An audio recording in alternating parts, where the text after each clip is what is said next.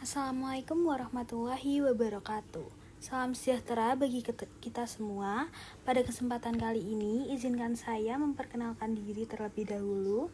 Nama saya Melanie Duhon dengan NIU 558034 dari Prodi Teknologi Hasil Perikanan.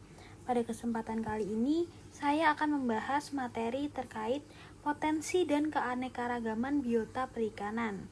Materi tersebut penting karena Indonesia merupakan negara maritim yang kaya akan sumber daya perairan, sehingga pemahaman mengenai biota perikanan serta pengelolaannya sangat dibutuhkan agar dapat dimanfaatkan secara berkelanjutan.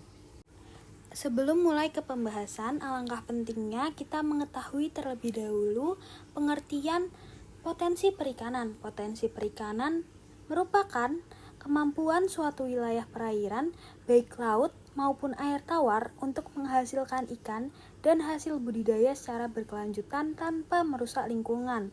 Berdasarkan data, potensi lestari perikanan Indonesia bisa mencapai 67 juta ton per tahun yang berasal dari sektor perikanan tangkap dan budidaya. Selanjutnya, seperti yang kita tahu, Indonesia dikenal memiliki keanekaragaman biota perikanan tertinggi di dunia.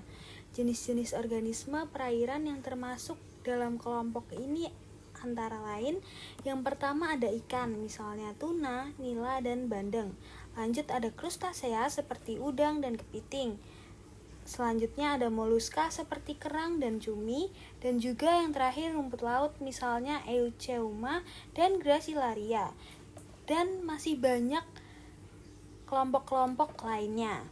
Biota tersebut hidup di berbagai ekosistem penting seperti mangrove, terumbu karang, estuari, dan padang lamun.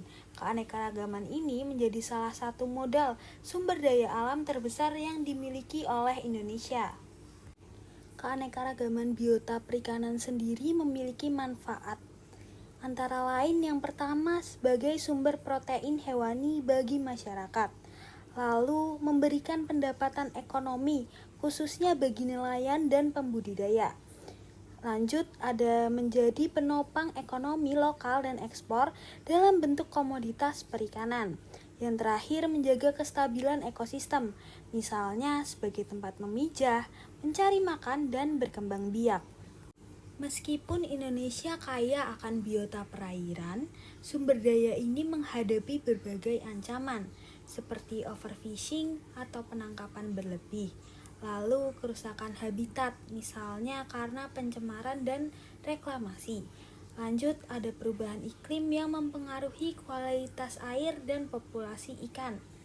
Untuk menjaga keberlanjutan diperlukan berbagai upaya pelestarian seperti pengelolaan sumber daya berbasis ekosistem, perlindungan kawasan penting seperti mangrove dan terumbu karang, penegakan hukum terhadap pelanggaran di sektor perikanan, dan yang terakhir edukasi untuk masyarakat luas terkait penggunaan metode penangkapan biota perairan yang ramah lingkungan.